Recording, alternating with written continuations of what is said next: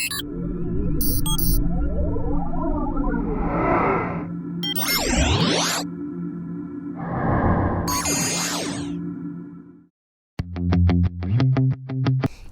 समय की बात है, किसी गांव में एक दर्जी रहता था। वह बहुत गरीब था। वह मन ही मन सोचता था कि मैं इतनी मेहनत करता हूँ फिर भी पैसे नहीं जोड़ पाता हूँ।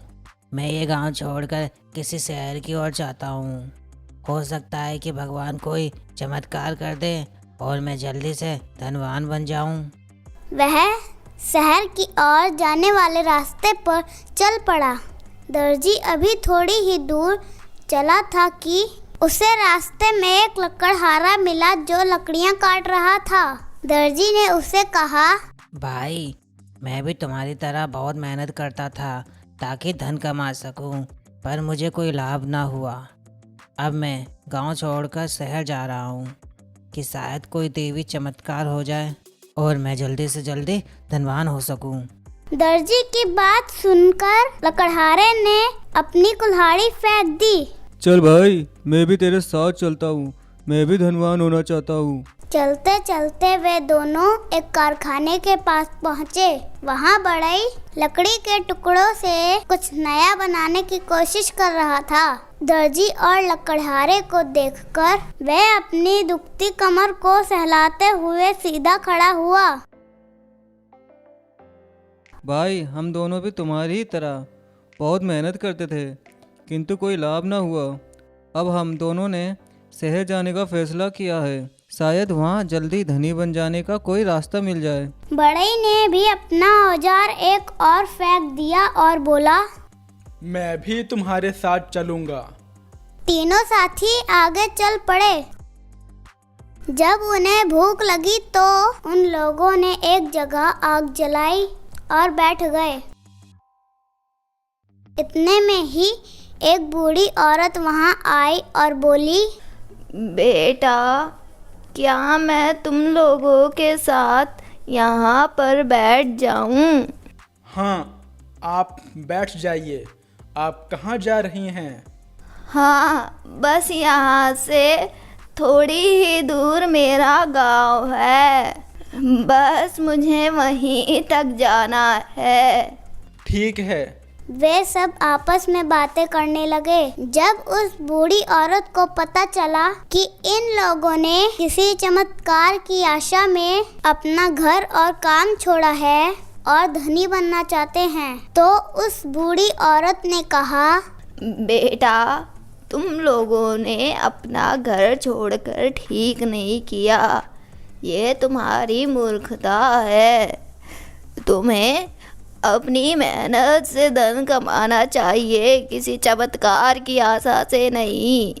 मेरी बात मानो तो अपने घर वापस चले जाओ। यदि भाग्यवश हमें कोई परी मिल जाए और उसके वरदान से हम लोग रातों रात धनवान हो जाएं, तब? भाई, फिर तो हम लोग धनवान हो जाएंगे। हमें फिर अधिक मेहनत करने की जरूरत नहीं पड़ेगी। अच्छा, तो समझो मैं बुढ़िया के वेश में एक परी हूँ। बोलो, तुम लोगों को क्या वरदान चाहिए? मैं एक एक वरदान तुम तीनों को दूंगी। देखती हूँ तुम उसका लाभ किस प्रकार उठाते हो। इतना कहकर सबसे पहले परी ने दर्जी की ओर देखा। दर्जी ने अपने काम को ध्यान में रखते हुए कहा, मैं जिस चीज़ को खींचूं वो लंबी हो जाए। इससे जब भी मैं कपड़े को नापूंगा वह बढ़ता ही जाएगा और मैं बहुत सारे कपड़े सिलकर तैयार कर सकूंगा। ठीक है, जाओ, ऐसा ही होगा। दर्जी को वरदान देने के बाद परी ने लकड़हारे की ओर देखा। लकड़हारे ने अपने काम को ध्यान में रखते हुए कहा, मैं जिस चीज़ पर हाथ मारूं वह सरलता से टूट जाए। इससे मुझे कुल्हाड़ी से लकड़ियां काटने में ज़्यादा मेहनत नहीं करनी पड़ेगी। ठीक है, ऐसा ही होगा। उन दोनों को वरदान देने के बाद परी ने अब बढ़ई की ओर देखा। बढ़ई ने भी अपने काम को ध्यान में रखा और कहा, मैं जिस वस्तु को एक साथ रखूं वो आपस में मजबूती के साथ जुड़ जाए। तुम तीनों जो वरदान चाहते थे अब वैसा ही होगा। परी ने उन तीनों को वरदान दिया और वह वहां से गायब हो गई। अब हमें देखना चाहिए कि हमें जो वरदान मिला है वह पूरा होता भी है या नहीं। मैं अपने थैले से इस कपड़े के टुकड़े को खींचता हूँ। दर्जी ने जैसे ही कपड़े को खींचा वह कपड़ा लंबाई में बढ़ता ही चला गया। दर्जी की खुशी का तो कोई ठिकाना ही नहीं था। चल भाई, अब मैं इस पेड़ के तने को अपने हाथ से तोड़कर देखता हूँ।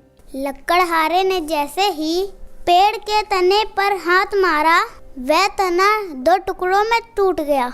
ला भाई, यह दोनों टुकड़े मुझे दे, मैं देखता हूँ कि ये आपस में जुड़ते हैं कि नहीं। बढ़ई ने उन दोनों टुकड़ों को उठाया और आपस में जोड़ दिया। वे तीनों खुशी के मारे पागल होकर नाचने लगे।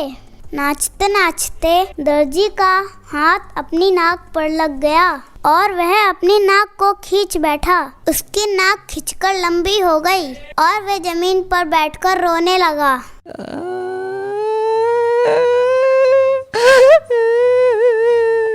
हाय, ये क्या हो गया? अब क्या होगा? मैंने तो कपड़े को ध्यान में रखकर वरदान मांगा था।